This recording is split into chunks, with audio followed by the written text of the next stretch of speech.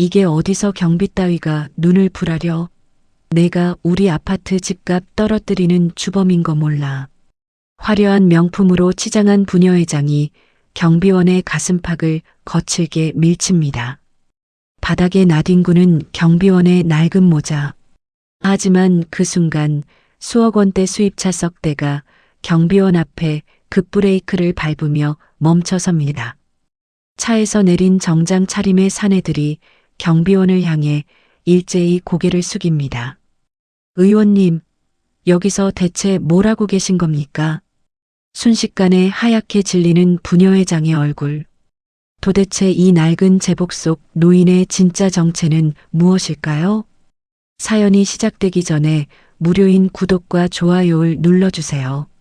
여러분이 계신 곳을 댓글로 남겨주시면 모든 행복을 보내드리겠습니다. 사연을 시작합니다. 아침 6시, 남들이 단잠에 빠져 있을 시간. 골든팰리스 아파트의 제2초소 경비원 오창식 씨는 벌써 빗자루를 들고 나섰습니다. 올해 나이 72. 허리는 조금 굽었지만 빗자루질 한 번에 흐트러짐이 없습니다. 그의 눈매는 날카롭고 매서웠지만 입가에는 늘 옅은 미소를 띠고 있었죠. 하지만 이 평화는 오래가지 않았습니다. 거기 경비. 너 일 안 하고 뭐해? 날카로운 목소리가 아파트 단지를 찢었습니다. 이 아파트의 실세이자 갑질의 여왕이라 불리는 부녀회장 이순자였습니다. 그녀는 유모차에 탄 강아지를 끌고 오창식 씨에게 다가왔습니다. 회장님, 안녕하십니까? 이쪽 배수구에 낙엽이 쌓여서 좀 치우고 있었습니다. 오창식 씨가 정중하게 허리를 숙였습니다. 그러나 이순자는 코를 막으며 뒤로 물러났습니다. 아이고, 냄새나. 야, 너 씻고는 다니니? 우리 강아지가 너만 보면 짖잖아. 재수없게 아침부터 내 앞길을 막고 그래. 이순자는 들고 있던 아이스 아메리카노 컵을 오창식 씨 발밑에 툭 던졌습니다. 얼음과 커피가 그의 낡은 구두 위로 튀었습니다. 어머, 내 정신 좀 봐. 손이 미끄러졌네.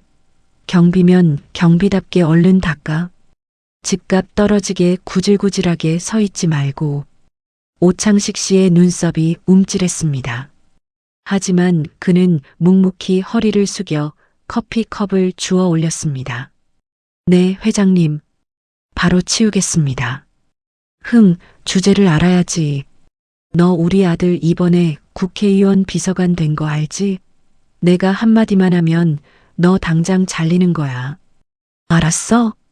오창식 씨는 아무 대답 없이 멀어져가는 그녀의 뒷모습을 바라봤습니다. 그의 주머니 속 낡은 핸드폰이 진동했습니다. 화면에는 전 검찰총장 김준석이라는 이름이 떠 있었습니다. 오창식 씨는 전화를 받지 않고 그대로 주머니에 넣었습니다. 조금만 더 참자. 그래야 저 독사 같은 인간들의 뿌리까지 뽑아낼 수 있으니. 며칠 뒤 아파트 관리사무소 회의실에서는 긴급 대책회의가 열렸습니다. 안건은 경비원 전원 해고 및 무인 시스템 도입. 말이 좋아 시스템 도입이지 사실은 이순자가 마음에 안 드는 경비원들을 쫓아내기 위해 만든 명분이었습니다. 여러분, 요즘이 어느 때인데 이런 늙은이들한테 우리 귀한 관리비를 줍니까? 다 내보내고 기계로 바꿔야 우리 아파트 품격이 올라가요. 이순자의 선동에 동조하는 주민들이 고개를 끄덕였습니다. 그때 회의실 구석에서 묵묵히 물을 나르던 오창식 씨가 입을 열었습니다. 회장님, 무인 시스템도 좋지만 사람이 직접 살피지 않으면 안전에 구멍이 생길 텐데요. 특히 지난번 지하 주차장 침수 때도 경비들이 미리 막지 않았습니까? 이순자가 탁자를 쾅 쳤습니다. 이게 어디서 감히 회의 중에 끼어들어? 야, 너는 오늘부로 해고야. 내일 당장 짐 싸서 나가. 해고, 사유가 정당해야 하지 않겠습니까? 오창식 씨가 똑바로 이순자의 눈을 응시했습니다. 평소에 힘없는 노인이 아니었습니다. 그 눈빛은 마치 먹잇감을 노리는 호랑이처럼 서슬퍼런 기운이 서려 있었습니다. 사유, 내 얼굴이 사유야. 기분 나빠서 못 보겠다고. 당장 안 꺼져? 이순자는 옆에 있던 서류 뭉치를 오창식 씨의 얼굴을 향해 던졌습니다. 종이 모서리에 긁힌 오창식 씨의 뺨에서 붉은 피가 한 줄기 흘러내렸습니다. 오창식 씨는 피를 닦지도 않은 채 차갑게 웃었습니다. 알겠습니다. 제 발로 나가죠. 하지만 회장님, 오늘 하신 행동 반드시 책임지게 될 겁니다. 뭐? 책임? 웃기네. 경찰이라도 부를 거야? 우리 아들이 누군지 잊었어? 당장 꺼져. 이 노인네야. 오창식 씨는 정모를 벗어 책상 위에 올려두고 회의실을 나갔습니다. 그의 뒷모습은 해고당한 노인의 어깨라고는 믿기지 않을 만큼 꼿꼿했습니다. 다음 날 아침 골든팰리스 아파트 정문은 발칵 뒤집혔습니다. 이순자가 아들 내외와 함께 외출하려던 찰나 정문을 가로막고 있는 수십 대의 검은색 세단들을 발견했기 때문입니다. 아니, 이게 뭐야? 어떤 무개념이 입구를 막고 있는 거야. 이순자가 차에서 내려 고함을 쳤습니다. 그때 가장 앞서 있던 세단의 문이 열리고 최고급 양복을 차려입은 사내가 내렸습니다. 현직 검찰 간부이자 이순자의 아들이 평소에 줄을 대지 못해 안달이 났던 인물이었습니다. 아니, 검사님, 여긴 어쩐 일로? 이순자의 아들이 비굴하게 허리를 굽혔습니다. 하지만 검사는 그를 본체만 채하며 뒷좌석 문을 열었습니다. 그리고 그 안에서 내린 사람은 다름 아닌 어제 해고당한 경비원 오창식 씨였습니다. 그는 더 이상 낡은 경비복 차림이 아니었습니다. 수백만 원대를 호가하는 맞춤 정장에 눈빛은 범접할 수 없는 권위를 내뿜고 있었죠. 오창식 씨? 당신이 왜 거기서 나와? 이순자가 눈을 비비며 물었습니다. 오창식 씨는 냉소적인 미소를 지으며 그녀에게 다가갔습니다. 회장님, 아까 책임지라고 말씀드렸죠? 오늘부터 이 아파트의 모든 회계 장부와 부녀의 비리, 그리고 비서관님. 아니, 당신 아들의 부당 취업 청탁에 대한 전수조사를 시작할 겁니다. 오창식 씨의 정체는 은퇴한 전직 법무부 장관이자 대한민국 법조계의 대부였습니다. 그는 퇴직 후 평범하게 살고 싶어 신분을 숨기고 경비 일을 해왔지만 이순자의 도를 넘은 갑질이 결국 잠자던 호랑이의 코털을 건드린 것이었습니다. 자, 이제 누가 나갈 차례인지 확인해 볼까요? 오창식 씨의 말 한마디에 정문 대기하던 수사관들이 아파트 관리사무소로 들이닥치기 시작했습니다.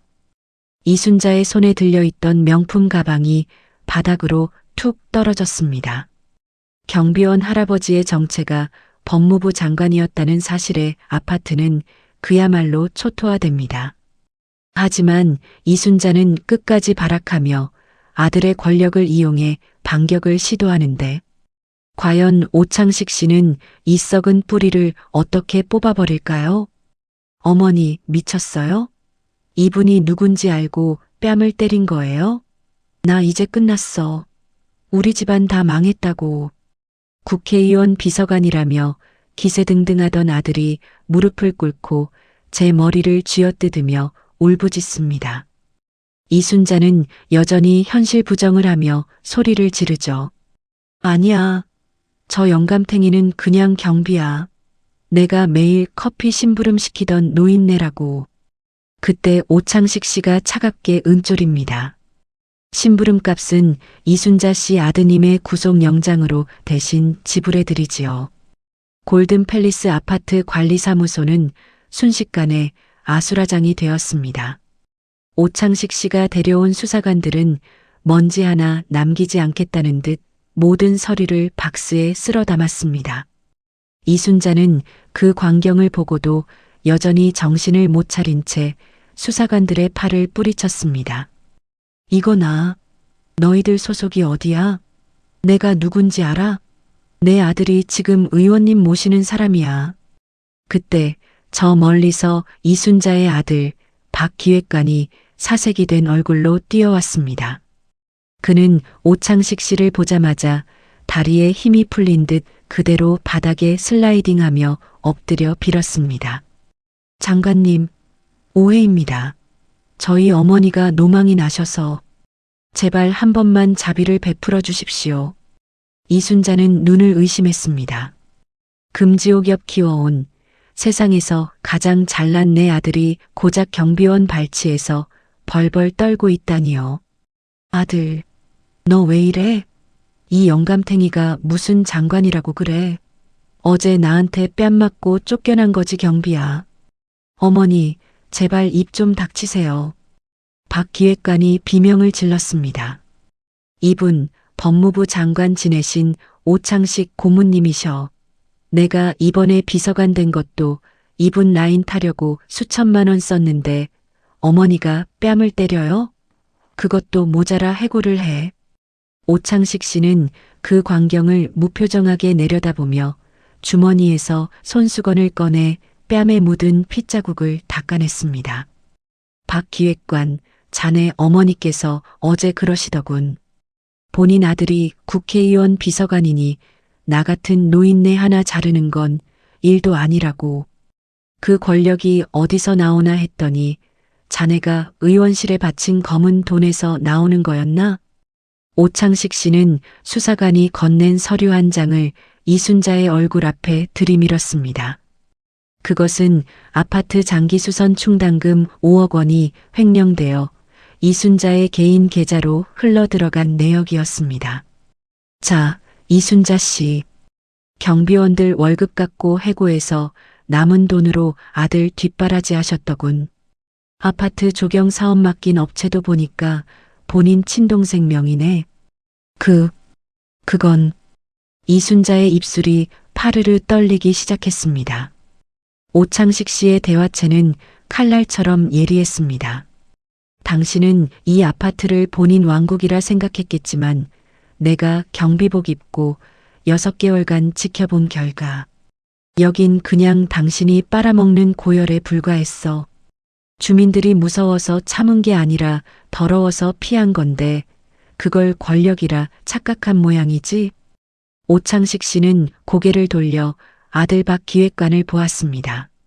그리고 박 기획관, 자네가 의원실 취업 청탁하려고 뿌린 돈, 그리고 그 돈을 마련하기 위해 어머니와 공모한 횡령 사건. 오늘부로 서울중앙지검에서 정식 수사 들어간다. 아, 의원님께는 내가 직접 전화드렸네. 자네 같은 쓰레기를 곁에 두면 의원직 날아갈 거라고. 갑자기 아파트 정문 근처에서 주민들이 하나둘 모여들기 시작했습니다. 그동안 이순자의 등등한 기세에 눌려 숨죽이고 살던 사람들이었습니다. 경비 아저씨, 아니 장관님, 저 여자 꼭 처벌해 주세요. 우리의 학원 차 들어오는 것도 방해하고 매일 경비실 가서 행패 부렸어요. 여기저기서 터져나오는 주민들의 증언에 이순자는 고립무원이 되었습니다. 오창식 씨는 차갑게 식은 눈으로 이순자를 바라보며 마지막 선고를 내렸습니다. 이순자 씨, 당신이 가장 자랑스러워하던 그 아들이 당신 손에 수갑을 차게 될 거야. 그리고 당신이 살던 이 아파트 횡령금 환수 조치 들어가면 경매로 넘어갈 테니 짐 쌀 준비나 해. 자, 장관님, 제가 잘못했습니다. 제가 죽을 죄를 지었어요. 한 번만 봐주세요. 이순자가 오창식 씨의 바지를 붙잡고 늘어졌지만 그는 가차없이 발을 뺐습니다. 경비는 경비답게 일찍 닦으라고 했지? 이제 당신 인생에 묻은 오물들을 감옥에서 직접 닦으면서 살라고. 그게 당신이 말한 품격에 어울리는 결말이니까. 수사관들이 이순자와 박 기획관의 손목에 차가운 수갑을 채웠습니다. 화려했던 부녀회장의 몰락은 그야말로 한순간이었습니다. 이순자 일가는 몰락했지만 아파트에는 여전히 그녀의 잔당들이 남아 오창식 씨를 음해하려 합니다. 한편 오창식 씨가 경비 일을 시작했던 진짜 슬픈 이유가 밝혀지며 주민들은 눈물바다가 되는데 장관님, 왜 이런 험한 일을 하신 겁니까? 편히 쉬셔도 될 분이 대체 왜? 수사관의 물음에 오창식 씨는 낡은 경비실 구석에 놓인 빛바랜 아이 신발 한 켤레를 어루만집니다. 여기가 내 아들이 마지막으로 숨을 거둔 곳이라네. 경비원이 없어서 화재 경보를 아무도 못 들었던 바로 그날 말이야. 화려한 권력 뒤에 숨겨진 장관의 피 맺힌 사연. 주민들은 그제야 오창식 씨가 왜 그토록 경비 업무에 집착했는지 깨닫고 오열하기 시작합니다. 이순자 모자가 수갑을 차고 끌려간 뒤 골든 팰리스 아파트에는 묘한 정적이 감돌았습니다.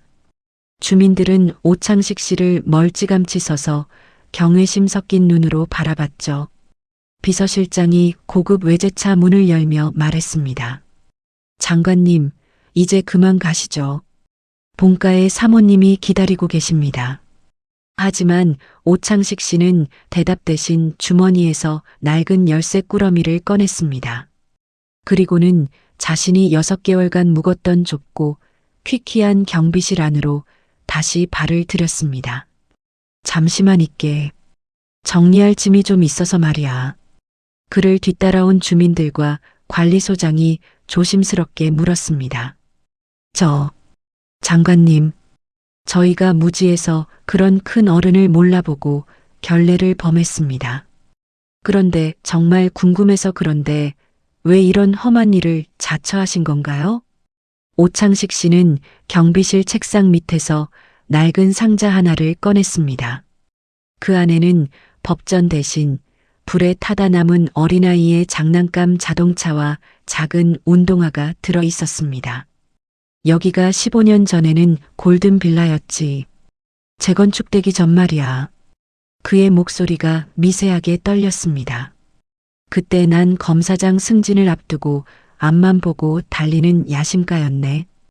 어느 겨울날 밤 이 빌라 지하에서 불이 났어. 하지만 관리비를 아낀다며 경비원을 다 해고했던 터라 화재 경보를 확인해 줄 사람이 아무도 없었지. 주민들이 숨을 죽였습니다. 내 아들. 당시 겨우 7살이었던 내 아들이 그 연기 속에서 나오지 못했어. 내가 법을 세운답시고 밖을 돌아다니는 동안 정작 내 가족은 법의 사각지대에서 죽어갔던 거야. 그 뒤로 난 결심했지. 퇴직하면 반드시 내 아들이 죽어간 이곳에서 다시는 그런 비극이 없도록 직접 지키겠다고. 오창식 씨는 이순자가 던졌던 커피 자국이 남은 구두를 내려다봤습니다. 경비복이 창피한 적은 단 한 번도 없었네. 오히려 이 옷을 입고 밤마다 단지를 돌 때가 장관직에 앉아 있을 때보다 훨씬 당당했으니까. 관리소장과 주민들은 고개를 숙였습니다. 이순자의 갑질에 동조하거나 방관했던 자신들의 모습이 너무나 부끄러워졌기 때문입니다. 장관님, 저희가 정말 잘못했습니다. 앞으로는 경비원분들 처우도 개선하고 장관님의 뜻을 이어받아 안전한 아파트를 만들겠습니다. 오창식 씨는 짐 가방을 들고 경비실 밖으로 나왔습니다. 그리고 자신을 대신해 새로운 젊은 경비원의 손을 꼭 잡았습니다. 이보게, 이 제복은 사람들을 감시하는 옷이 아니라 지키는 옷이라네.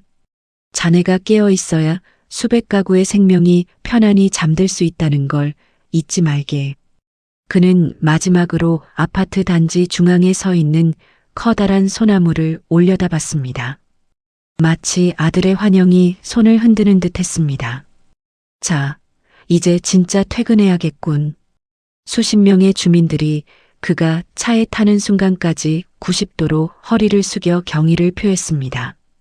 그것은 그가 장관 시절 받았던 어떤 의전보다도 뜨겁고 진실한 배웅이었습니다. 오창식 장관이 떠난 뒤 골든 팰리스 아파트에는 놀라운 변화가 일어납니다. 하지만 이순자의 남동생이 누나의 복수를 하겠다며 오창식 장관의 집안을 파멸시킬 음모를 꾸미는데 과연 퇴임한 호랑이는 이 마지막 위기를 어떻게 넘길까요? 오창식 장관님, 이제 퇴물 노인네답게 조용히 사시지 그러셨어? 내 누나 인생 망친 데가 내 손녀 목숨으로 갚아줘야겠는데? 이순자의 남동생이자 어둠의 세계에서 악명이 높은 이칠구가 오창식 씨의 자택에 들이닥칩니다. 하지만 오창식 씨는 차 한 잔을 마시며 미동도 하지 않습니다. 이칠구, 내가 올 줄 알고 미리 손님들을 초대해 놨다네. 그때 거실 커튼 뒤에서 나타난 인물들을 본 이칠구의 얼굴이 흙빛으로 변합니다. 호랑이를 잡으러 왔다가 호랑이 굴로 제 발로 걸어 들어온 멍청한 사냥꾼의 최후. 지금 시작합니다. 이순자가 감옥으로 가고 아들이 관직에서 쫓겨나자 그녀의 남동생 이칠구는 분노에 휩싸였습니다. 그는 누나의 돈으로 뒷골목에서 사채업과 불법 도박장을 운영하며 세력을 키워온 자였죠. 감히 우리 집안을 풍비박샀네. 그 영감탱이 장관 옷 벗으면 그냥 시체나 다름없어. 내가 직접 숨통을 끊어주마. 이칠구는 칼잡이들을 대동하고 오창식 씨의 외딴 전원주택을 습격했습니다. 그는 오창식 씨가 은퇴 후 힘없는 노인으로 돌아갔을 거라 확신했습니다. 영감탱이 나와. 내가 우리 누나한테 수갑 채웠지?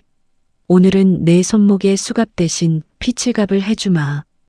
279 일당이 거실 문을 부수고 들어섰을 때 오창식 씨는 조용히 책을 읽고 있었습니다. 279, 생각보다 일찍 왔군. 성격 급한 건 여전하네. 오창식 씨는 책장을 덮으며 차갑게 말했습니다. 279가 비열하게 웃으며 칼을 식탁에 꽂았습니다. 뭐야, 이 영감? 겁도 안 나나 보지? 장관 백 믿고 까부나 본데 여긴 CCTV도 없는 산속이야. 여기서 죽어나가도 아무도 몰라. 오창식 씨는 찻잔을 내려놓으며 대답했습니다. 279, 내가 법무부 장관 시절에 내놈 장부를 왜 안 건드렸는지 아나? 내놈 같은 피라미는 더 큰 그물을 짜기 위한 미끼였을 뿐이야. 내가 오늘 내 발로 여기 올 때까지 나는 3년을 기다렸네. 그 순간 279의 핸드폰이 미친 듯이 울리기 시작했습니다. 그의 하수인에게서 온 전화였습니다. 사장님, 지금 우리 도박장이랑 사무실에 특공대가 들이닥쳤습니다. 전 재산 다 압수당하고 애들 다 잡혀갔어요. 279의 눈동자가 흔들렸습니다. 오창식 씨는 조용히 일어서며 거실 커튼을 젖혔습니다. 그곳에는 최신형 녹음 장비와 실시간 영상 송출기가 돌아가고 있었습니다. 내가 지금 내뱉은 협박과 살인 예고 전국 검찰청에 실시간으로 중계됐네. 내 발로 범행 현장에 나타나길 기다렸는데 이렇게 친절하게 칼까지 들고 와주다니 고맙군. 거실벽이 열리며 무장한 경찰들이 279 일당을 포위했습니다. 279는 칼을 떨어뜨리고 바닥에 주저앉았습니다. 이럴 리가 없어. 넌 이제 퇴직한 노인이잖아. 어떻게 이런 힘이. 오창식 씨가 279의 앞에 다가가 나직하게 말했습니다. 대화체 20%의 무게감이 실리는 순간입니다.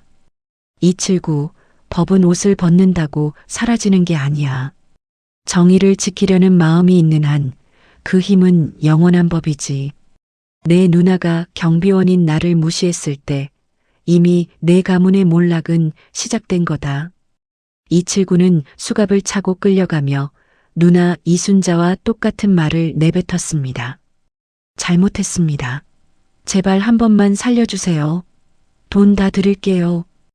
오창식 씨는 멀어지는 그들의 뒷모습을 보며 혼잣말을 남겼습니다. 돈으로 산 권력은 돈과 함께 사라지지만 사람으로 쌓은 덕은 죽어서도 남는 법이라네. 사건이 마무리된 후 골든 팰리스 아파트 입구에는 작은 명패 하나가 세워졌습니다. 오창식 장관이 지킨 우리들의 안전. 오창식 씨는 더 이상 경비복을 입지 않았지만 가끔 아파트 단지를 산책하며 어린아이들의 머리를 쓰다듬어 주었습니다. 주민들은 이제 그를 장관님이라 부르지 않고 가장 존경하는 우리 동네 경비 할아버지라고 불렀습니다. 진정한 명예는 높은 의자에 있는 것이 아니라 가장 낮은 곳에서 소중한 것을 지키는 마음속에 있다는 것을 그는 온몸으로 증명하며 미소 지었습니다. 여러분은 사람을 대할 때 무엇을 먼저 보시나요? 상대의 옷차림? 혹은 통장의 잔고인가요? 오늘 우리는 보았습니다.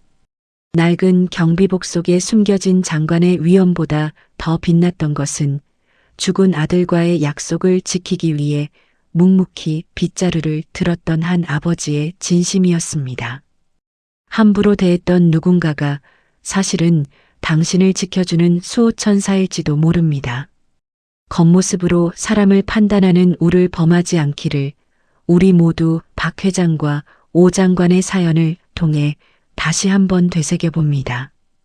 이칠구와 이순자가 법의 심판을 받게 되었지만 사건은 여기서 끝나지 않았다. 이순자가 아파트 관리비를 횡령해 뒤로 빼돌렸던 비밀 장부에는 이 아파트 거주자 중 몇몇 유력 인사들의 치부가 함께 적혀 있었기 때문이다.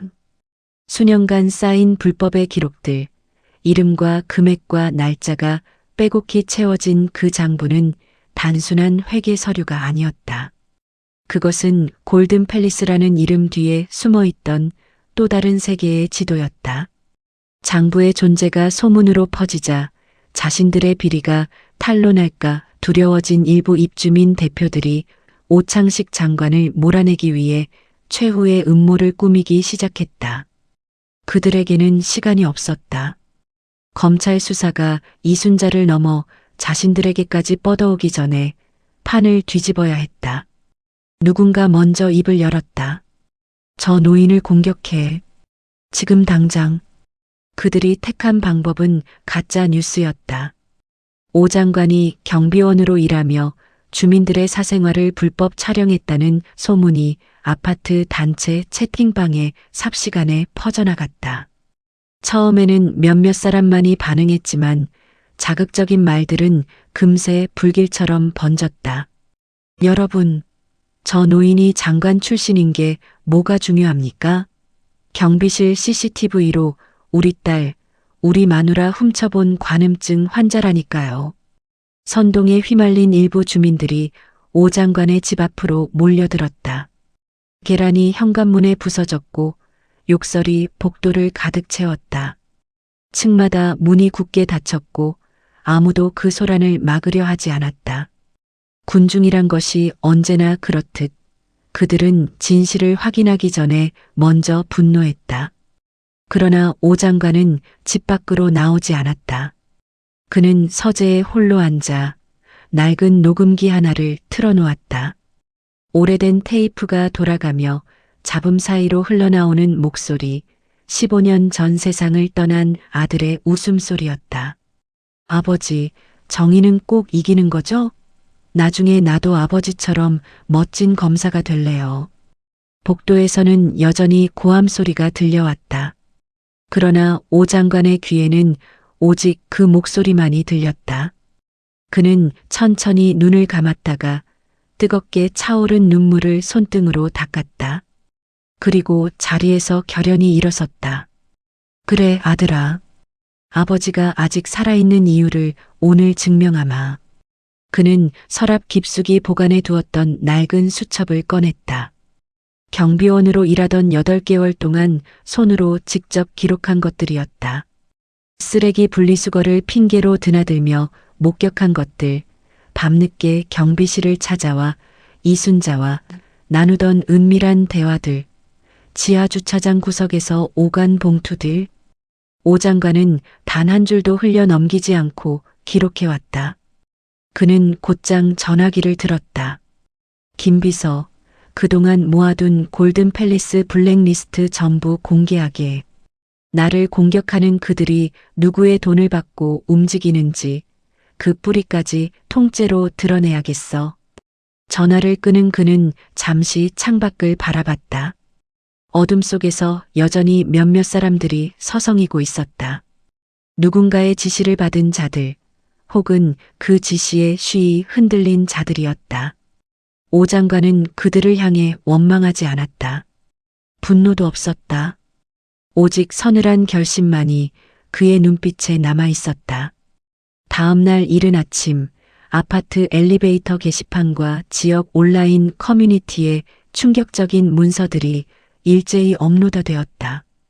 이순자에게 뇌물을 받고 경비원 해고에 찬성표를 던졌던 동대표들의 명단, 불법 과외를 운영하며 수년간 탈세를 일삼던 유력 입주자들의 기록, 그리고 관리비 유용에 눈을 감는 대가로 주차 특혜를 챙긴 자들의 이름이 낱낱이 공개되었다.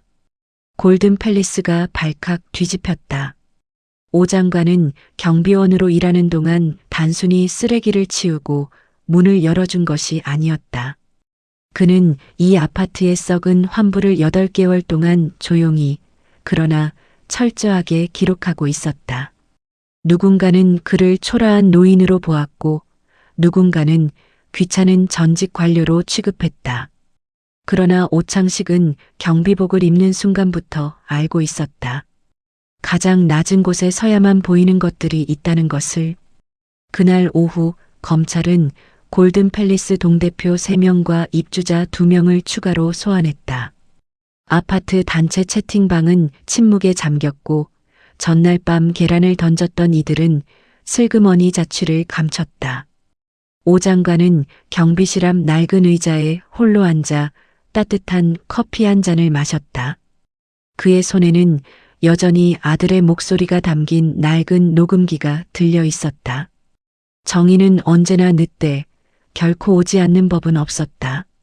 모든 진실이 밝혀지고 아파트를 오염시켰던 세력들은 줄줄이 검찰로 소환되었다.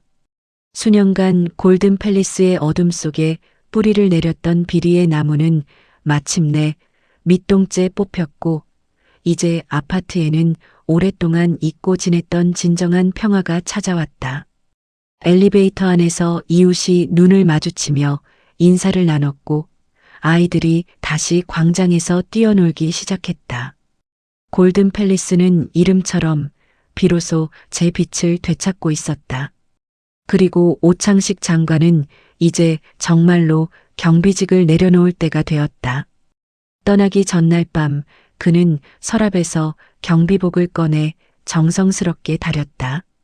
구김 하나 없이 반듯하게 펴진 남색 상의를 바라보며 오 장관은 오래도록 말이 없었다. 이 옷을 처음 입던 날이 떠올랐다. 거울 속에 자신이 낯설어 한참을 서 있었던 그날, 그는 이 옷이 이토록 무거운 의미를 품게 될 줄은 몰랐다. 경비복을 갖춰 입은 오 장관은 밤이 깊어지자 조용히 단지를 걷기 시작했다. 6개월 전 처음으로 빗자루를 들었던 제2초소. 그 앞에 서자 가슴 어딘가가 서늘하게 저려왔다. 그는 천천히 빗자루를 들어 바닥을 쓸기 시작했다. 마지막 인사처럼 처음의 다짐을 되새기듯이. 그때였다. 작은 발소리가 가까워지더니 조그만 손 하나가 오 장관의 손에 따뜻한 캔커피를 쥐어줬다. 경비 할아버지, 가지 마세요. 할아버지가 계셔서 밤에 안 무서웠단 말이에요. 오 장관은 손을 멈췄다. 8살쯤 되어 보이는 아이가 잠옷바람에 슬리퍼를 끌고 서 있었다. 눈망울이 반짝였다. 그 순수한 말 한마디에 수십 년을 법과 권력의 세계에서 버텨온 단단한 마음이 한순간에 무너져 내렸다. 오 장관은 천천히 무릎을 꿇어 아이의 눈높이에 맞췄다. 얘야, 할아버지는 가지만 이 아파트에는 이제 할아버지보다 더 멋진 경비 아저씨들이 올 거란다. 그리고 너처럼 착한 아이들이 이 세상을 지키는 진짜 경비원이 되어주렴. 아이는 고개를 끄덕이더니 꼭 안아달라는 듯 두 팔을 벌렸다. 오 장관은 말없이 그 작은 몸을 품에 안았다. 따뜻했다. 15년 전 잃어버린 온기가 잠시 그의 가슴으로 돌아온 것 같았다. 다음 날 오전 아파트 중앙광장에는 이른 아침부터 주민들이 하나둘 모여들었다. 누가 시킨 것도 아니었다. 레드카펫 대신 주민들이 직접 꺾어온 꽃들이 바닥에 소박하게 깔렸다. 국화와 장미와 이름 모를 들꽃들이 뒤섞인 어떤 화려한 행사장보다 아름다운 길이었다. 오 장관이 경비복을 입고 광장의 모습을 드러내자 수백 명의 주민이 일제히 자리에서 일어섰다. 박수 소리가 단지 전체를 가득 채웠다. 장관님, 아니, 우리 아파트의 수호천사님, 고맙습니다. 죄송했습니다. 여기저기서 울음이 터졌다. 오 장관은 천천히 단상에 올라 마이크를 잡았다. 잠시 숨을 고른 그의 목소리는 떨렸지만 그 안에는 흔들리지 않는 무게가 담겨 있었다. 저는 여기서 6개월간 경비원으로 살며 깨달았습니다. 법전 속에 갇힌 정의보다 이웃의 아픔을 같이 나누고 쓰레기 하나를 먼저 줍는 마음이 세상을 더 밝게 만든다는 것을요. 저는 이제 떠나지만 여러분이 서로를 지켜주는 경비원이 되어 주십시오.